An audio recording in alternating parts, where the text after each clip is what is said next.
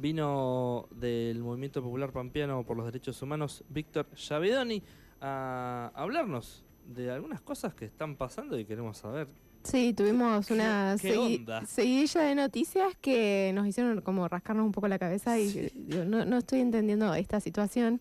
Anda Este, gente caminando por ahí. claro, Hola, bueno, sí, hola, por hola, un lado Víctor. una sentencia que queda firme por delitos de lesa humanidad, por el otro lado posibles libertades condicionales, entonces todo era un poco como confuso y bueno, lo llamamos para que nos explique un poco cómo se viene dando esta situación respecto de lo que fueron las condenas por delitos de lesa humanidad y bueno, de todas las personas que están que han sido condenadas. Buen día, Víctor. Buen día, Manu. Buen día, Cande. Bueno, hablábamos con Cande de que son un montón de cuestiones que se relacionan. Tenemos que entender que es un proceso judicial, ¿sí? Que a diferencia de los desaparecidos y de las sobrevivientes o víctimas que no tuvieron justamente, que fueron secuestrados por un Estado, que fueron negados de justicia, que no pudieron defenderse. Bueno, estos genocidas, represores, sí pudieron ir a juicio y pudieron presentar sus pruebas de que no eran responsables, o podrían haber también tenido la posibilidad de presentar pruebas de que se arrepentían de lo que hicieron a la sociedad y aportar, por ejemplo, dónde están los hijos apropiados. Bueno, siempre decidieron guardar silencio de todo ese plan sistemático que estaba escrito, que estaba planificado para justamente cometer un genocidio. Bueno, y en este proceso judicial que ellos sí pudieron tener, con todas las de la ley, se hicieron 3 juicios de la subzona 14 en la provincia de La Pampa. El primero fue en 2010, fue el primero, para los organismos de derechos humanos fue muy importante porque era la primera vez que nos sentábamos ante un tribunal y empezábamos a entender cómo hacer para probar lo que había ocurrido, porque cuando se dicen que se abren los archivos, ¿sí? Y juntar todas esas pruebas, la realidad es que no hay una biblioteca con los archivos. O sea, después se fue conformando esa biblioteca, sino que justamente hubo un Estado que destruyó toda la documentación de todo este plan sistemático. Entonces había que generar pruebas con cómo, sobre todo, con el relato de los sobrevivientes. Por eso la víctima tiene tanta fuerza en estos juicios, porque es quien puede, quien no, quién más que la víctima puede decir: a mí me ocurrió esto, yo sentía este olor, yo escuché esta voz, yo sentí la picana o sentí los disparos o los gritos de mis compañeras. Entonces empieza a cobrar un cuerpo este juicio y las pruebas. Bueno, pero lo que vamos más al juicio, este proceso judicial, esto fue en 2010, el primero.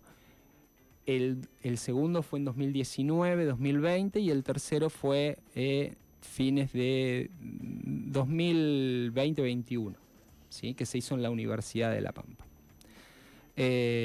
Entonces, lo que ocurre acá es que el segundo juicio, la Corte Suprema, después de 6-7 años, ¿no? Estamos hablando 2019, ¿sí?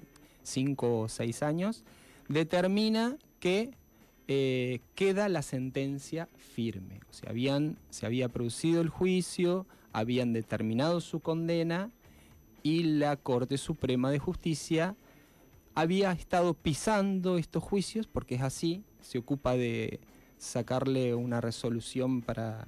en un día me acuerdo que le sacaba una resolución a Larretas, y si volvían a clases después de la pandemia o lo que sea, eso le llevó un día a la Corte Suprema, pero determinar que un juicio fue válido y que no fue anticonstitucional le tarda. Algunos todavía hace 10 años que están dando vueltas y no dejan sentencia firme. Cuando al no haber sentencia firme están en libertad. Claro, quedan las condenas en suspenso, algo así. Exactamente, o sea, porque ellos tienen derecho a ir a otro proceso. Primero van a casación, después van a la Corte Suprema de Justicia. Entonces, en ese proceso ellos estaban en libertad. Por eso la gente nos decía, ¿cómo puede ser que Pérez Oneto atiende en su consultorio? El médico Pérez Oneto, que veía a los torturados, que los, yo diría los asistía, pero los asistía en cuanto a que la tortura necesita un procedimiento para saber hasta dónde se puede aplicar la tortura sin provocar la muerte. Los mantenía vivos para seguir torturándolos. Exactamente, los mantenía vivos para seguir torturándolos y para quebrarlos y para humillarlos, ¿no? Entonces, ese médico, digamos, atendía en su consultorio. Y bueno, acá viene otra cuestión. Hay instituciones que todavía no se han imbuido de esta memoria histórica y no se han comprometido, como el Colegio Médico, que nunca tomó la decisión de decir, bueno, esta persona, primero se decía, después fue a juicio, se comprobó, tiene una sentencia en curso, no puede estar con un título de médico ejerciendo la profesión, pero lo hacemos para proteger a las personas, pero también para proteger a la profesión. Un torturador está ejerciendo la profesión. Bueno, nunca le sacó la matrícula y el tipo siguió ejerciendo. Ahora que la Corte Suprema de Justicia determina que la sentencia del segundo juicio de la subzona 14 está firme, Pérez Oneto tiene que empezar a cumplir su condena. Su condena era de 16 años. De cualquier manera estuvo en cárcel un tiempo durante el proceso del juicio para que no se escapen, ¿sí? Entonces eso le disminuye un poco la condena, pero todavía tiene que cumplir la condena. Después se determinará si lo hace en una cárcel común o lo hace en el domicilio. Claro. ¿Sí? Esas son las cuestiones. Lo mismo va a ocurrir con Merenchino, que está en libertad, con Cenizo y con Baraldini, que está en prisión domiciliaria en Buenos Aires. Cenizo, Merenchino, estuvieron, en el primer juicio, habían sido condenados. Exactamente. Y estuvieron presos y cumplieron su condena en parte. Exactamente, cumplieron su condena, que era menor a la de Reinhardt. Reinhardt está acusado por casi todos los crímenes de la subzona 14, era quien aplicaba la tortura con la picana. Entonces, la mayoría de los sobrevivientes lo reconocen a Reinhardt porque tenía una voz muy particular y entonces está implicado en más casos que lo que puede estar implicado alguien como Cenizo, que participaba de algunos secuestros, ¿sí? Entonces, Cenizo ya cumplió la parte de la condena que le correspondía, 2/3, entonces empezó en libertad condicional, y ahora, como se le aplicaría la condena del segundo juicio. Claro. ¿Sí? Se van sumando, porque no se puede hacer todo en un solo juicio, entonces se le va sumando. Y resolverían si lo hace en prisión domiciliaria o en una cárcel. Bueno, ahora hay otro debate. ¿Qué implica primero, qué implica que cumplan la condena en la cárcel y qué implica que lo hagan en su domicilio? La realidad es que el crimen de genocidio es el crimen más atroz que puede recibir una sociedad. Entonces tiene que ser realmente ejemplificador dentro de la legalidad, pero tiene que ser ejemplificador. Por lo tanto, nosotros decimos que el único lugar para un genocida es la cárcel, porque la sociedad tiene que saber, y la policía que participa, o sea, la institución policial y el Estado tiene que saber que quien comete ese crimen va a ir a la cárcel, no es que va a quedar impune eternamente. Entonces es una señal que estén en la cárcel. ¿sí? Por otro lado, cuando están en la prisión domiciliaria, corremos el riesgo de que nos lo veamos en la vía pública, como nos ocurrió con Baraldini, que una vuelta bajó del colectivo con la hija, y en el colectivo viajaba una víctima también. Entonces, ¿cómo podía hacer eso? Fuimos y hicimos un escrache de esa situación. Bueno, consiguen los permisos de los jueces, avisan que van a los médicos, ¿sí? Empiezan, digamos, todo el tema burocrático para probar que ellos estaban en la vía pública con algún tipo de prueba. Pero la realidad es que es muy complejo poder controlarles, ¿sí? Porque hay mucha burocracia y para los organismos de derechos humanos, para las víctimas es muy complejo. Una víctima en Buenos Aires se lo cruzó en la vereda a Baraldini y lo denunciamos y le sacó una foto. Pero bueno, no todas las víctimas tienen ese compromiso y esa valentía, ¿no?, que necesitas para hacer eso. Sí, imagínate cruzártelo después de todas las vivencias, de repente verlo ahí.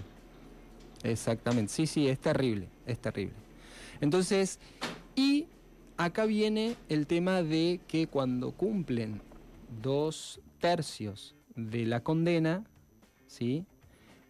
Candela, pregúntame si te voy perdiendo, Te estoy por escuchando. favor. No, ahora voy entendiendo mejor porque no me quedaba claro esta... Bien, esta entonces sentencia. cárcel o prisión domiciliaria. Ahí hay una diferencia que nosotros decimos tiene que ser cárcel. Bien, si no estuvieran dadas las condiciones en la cárcel, podemos hablar de que pueden cumplir en otro sitio que estén dadas las condiciones. Nosotros queremos que se respeten los derechos humanos de estas personas, por más que sean genocidas. Pero durante el COVID en la cárcel tenían un pabellón de médicos, o sea, tenían asistencia médica permanente, tienen alimentación, tienen para recrearse, tienen un montón de condiciones. O sea, que no es que están sufriendo la falta de derechos, no. Entonces, esto es cárcel o prisión domiciliaria. El otro tema es si gozan del beneficio por buena conducta al haber cumplido 2/3 de su condena, pueden tener libertad condicional. Quiere decir que vos te dejan desplazarte, digamos, libre, y estás como sujeto a la ley de que si cometés alguna clase de delito, directamente te vuelven a encerrar, ¿sí? ¿Por qué te dan esa libertad condicional? En un preso común, digamos, porque es una forma también de ayudarte a reinsertarte a la sociedad. Ahora, con un genocida torturador, nos dicen que se la aplican porque el servicio penitenciario dice que tiene buena conducta. ¿Puede tener buena conducta alguien que no se arrepiente de sus crímenes y que estaría dispuesto a hacerlo nuevamente? ¿Puede ser que alguien que no aportó nunca ningún dato para esclarecer la verdad de los crímenes que cometió goce de buena conducta? ¿O es que mastica con la boca cerrada y tira la cadena del baño cuando va al baño? Eso es buena conducta. Entonces, ¿qué significa la buena conducta? No, aparte, han sido personalidades que socialmente tenían una buena conducta, digamos, estas cosas que sucedían. Gente de bien. Claro, entonces es medio casi psicopático un poco la personalidad, obviamente, o sea, no cuadra, claramente no es un delincuente común, digamos. Entonces, por supuesto que no lo es. Y está bueno entender que también en la justicia, sobre todo en la justicia, no solamente hay normas, ¿sí?, que cumplir, sino también que de dónde vienen y quién las interpreta esas normas. Entonces ahora vamos a un poco más al tema de fondo. La justicia hoy está yendo hacia el clima de época negacionista. Bueno, Nosotros creemos que sí, porque vemos distintos fallos y vemos cómo se va a, por ejemplo, a beneficiar con más prisiones domiciliarias a los genocidas. Cómo está en el aire esto de que quieren condenarlo, darles una amnistía, cómo los diputados van a hacerle una visita a los genocidas. O sea que es prioritario para esos diputados que tienen que defender la democracia ir a visitar a los golpistas. Ujú. Hay pequeños actos simbólicos que están sucediendo. Hoy leía, la Asociación Americana de Juristas realizó una presentación ante el presidente de la Corte Suprema de Justicia de la Nación, Horacio Rosati, para solicitar la información respecto a la remoción de las 2 placas que señalizaban el denominado Salón de los Derechos Humanos del Palacio de Tribunales, en donde tuvo lugar el histórico juicio a las juntas de 1985.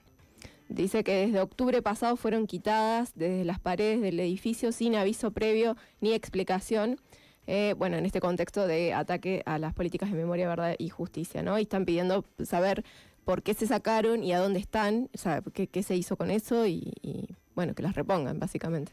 Pero bueno, son esos en otro pequeños... momento se bajaban cuadros, ¿no? Claro, por eso, viste, pequeños actos simbólicos que de a poquito generan, ¿no?, como bastante polémica. Un poco también te iba a preguntar si tenían como movimiento o eso, tenían contacto o información por ahí con lo que estaba sucediendo ahí en Buenos Aires respecto al cierre del Centro Cultural Conti, bueno, y todo el vaciamiento de la Secretaría de Derechos Humanos.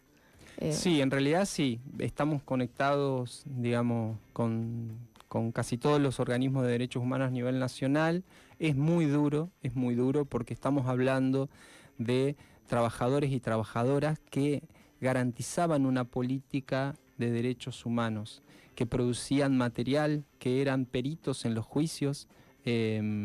Por ejemplo, Baraldini, si no hubiéramos tenido un perito de parte que fuera a observar cómo le hacían el peritaje psicológico, Baraldini no lo hubiéramos podido juzgar, porque él había construido una simulación de que estaba a punto de morirse.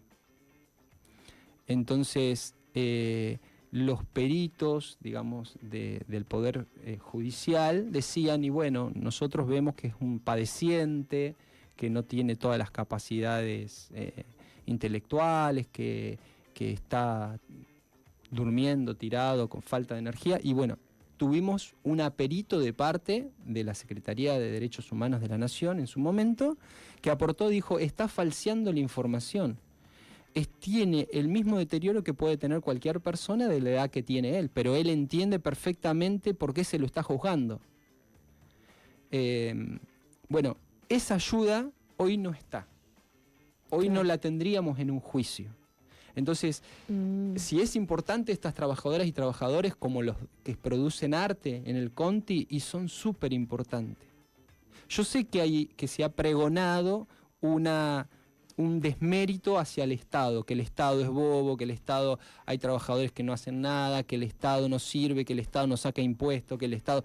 Pero en realidad el Estado cumple una función importantísima, y no se puede pretender un desarrollo de la nación o tener una historia propia sin esos trabajadores que van juntando y haciendo investigación y juntando todas las piezas para entender quiénes somos, porque en realidad es el derecho a la verdad, es entender de dónde venimos, cuál es nuestra historia reciente. Por eso es tan importante por ahí defender a estos trabajadores y ver cómo no solamente hay negacionismo de lo ocurrido, sino también se empieza a desplegar las políticas del odio. Las políticas del odio vienen justamente a generar esta injusticia, a tratar de naturalizar la injusticia y generar violencia en la sociedad. El Estado te dice, no sos nadie, como le decía a los esclavos, que no los reconocía. Los esclavos sabían que eran personas, pero había una institución superior que les decía, ustedes no son nadie, no tienen derecho a sentarse al lado de un blanco. Bueno, esto es lo que nos vienen a decir las políticas del odio hoy. Nos quieren convencer y que naturalicemos esta situación de injusticia total. ¿Por qué?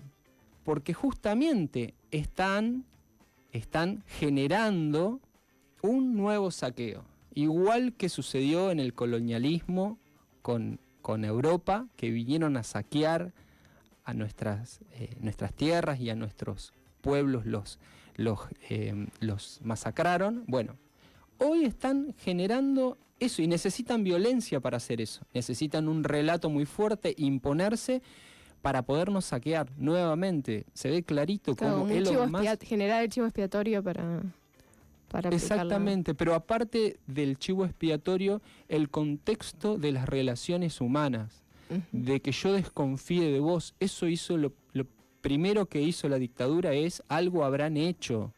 Si te llevan, si te están revisando, algo habrás hecho. Entonces, como lo que se hace es romper los vínculos sociales, necesitan hoy desplegar no solamente discursos de odio, sino también políticas de odio. Petovelo retiene los alimentos que necesitan miles y miles de niños y niñas. ¿Por qué eso? ¿Por qué lo hacen? Si ni siquiera es gastar plata, es darle lo que tienen. Porque es demostrar que el Estado va a ser injusto y que vos no te mereces si tenés una necesidad, no te mereces que te resuelvan la necesidad. No tenés derechos. Justo era la última pregunta que te quería hacer, era qué impacto tenía sobre la ciudadanía en general esta serie de acciones que se están realizando respecto, ¿no?, de la memoria, de cómo se construyó de alguna forma la memoria sobre lo que ocurrió en la dictadura. Pero bueno, de alguna forma ya me contestaste. No sé si querés cerrar de alguna forma. Sí, yo en realidad lo que digo es que siempre hacemos un esfuerzo de pensarnos en el presente. ¿Y por qué defendemos la memoria?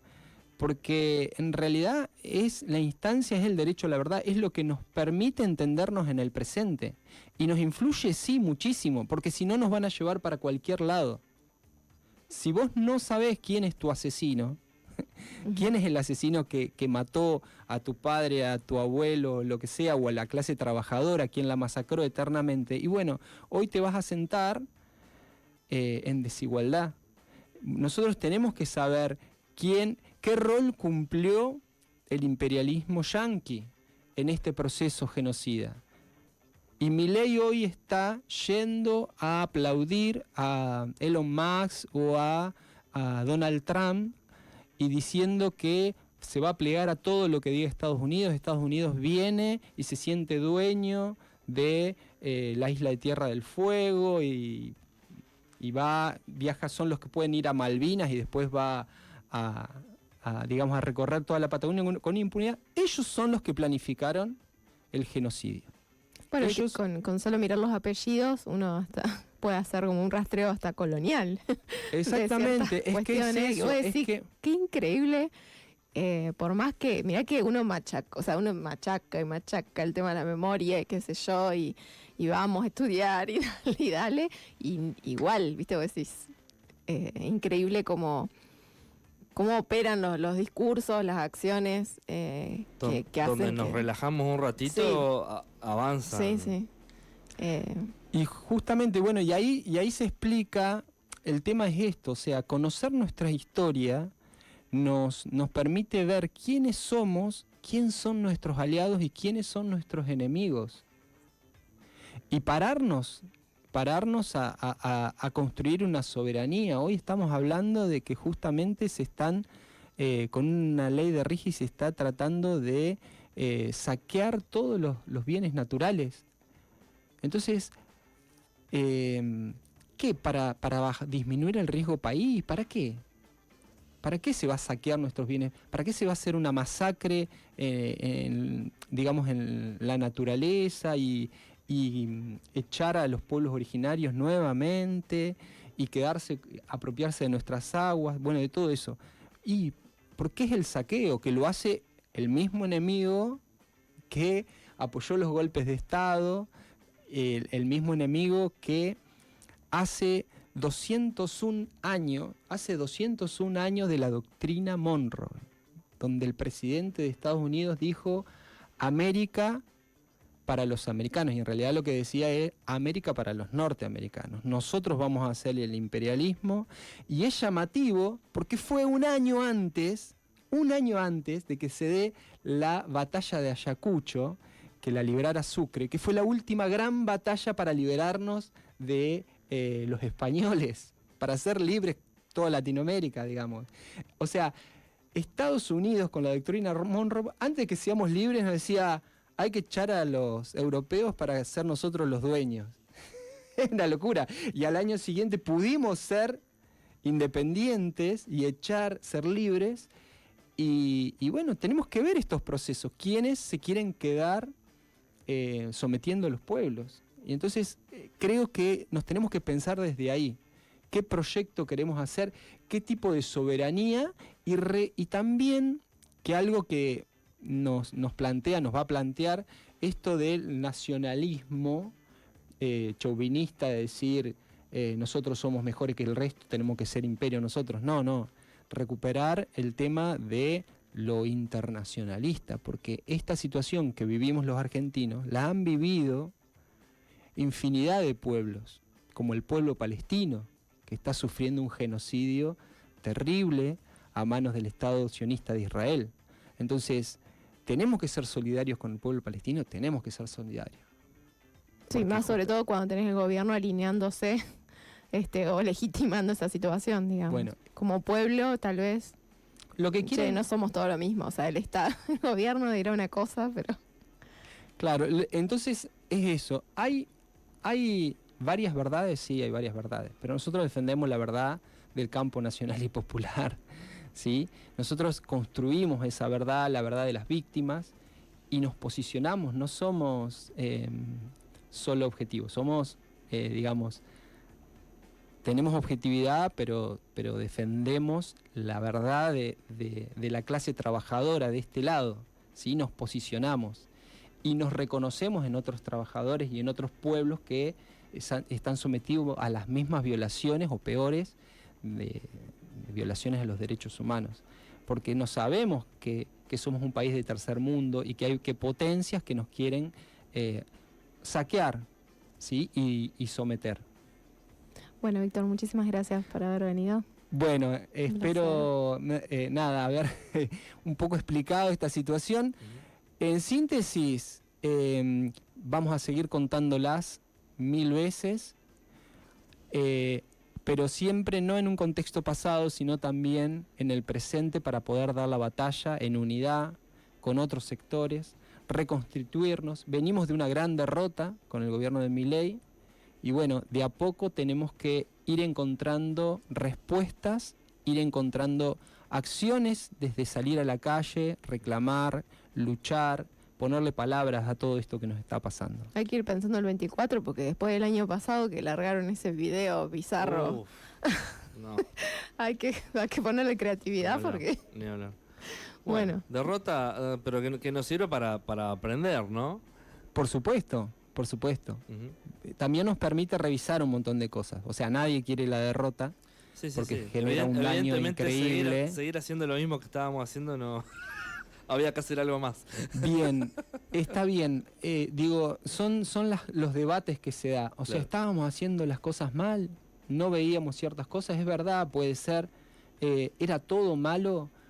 Pero ya les digo, no hay que perder de vista de que hay un gran enemigo muy poderoso que trabaja para destruirnos, trabaja para que no salgamos de la duda o de la depresión o de la tristeza. Entonces, primero hay que reconocerse qué clase somos, qué clase trabajadora, qué clase que somos latinoamericanos, ¿sí? Tener identidad. Y ahí hacer autocríticas. Pero hay un enemigo enfrente. Y yo creo que si nosotros preguntamos en la sociedad si reconocen que los argentinos tenemos, que el pueblo trabajador tiene algún enemigo, no nos saben decir. No saben de qué lado se paran. Ujú. Y eso es una gran falencia. Bueno, nosotros nos vamos a ir con este temita que salió hace un par de semanas de Palo Santa, una rapera que a su vez le hace este tema en memoria de Karen Bustamante, que bueno, fue una rapera y beatboxer de la comunidad de hip hop, fue asesinada a los 19 años de edad el 28 de agosto del 2021, pero esta canción la sacaron hace unos meses, por quien era su pareja en ese momento, Rodrigo Germán Rivero. ¿Un femicidio? Ujú. Ah. Luego de una discusión a la salida de un pool en Moreno, ¿no? En zona oeste de Gran Buenos Aires, cometió el crimen y se dio a la fuga hasta que fue hallado 2 días más tarde, después de ser denunciado por su madre. Dice, hasta el día de hoy seguimos esperando el juicio y la condena. Juicio y sentencia de Rodrigo Germán Rivero, justicia por Karen, justicia por las víctimas de femicidio. Nos vamos con este temita entonces. Gracias, Víctor, y ya nos veremos de nuevo. Hasta la próxima. Hasta la próxima. Cerca del 24 por ahí seguro vamos a... Sí, posiblemente estar antes, hablando. así le contamos un poco qué actividades van a haber. Ahí va. Bueno, buenísimo. Ya volvemos. Un abrazo.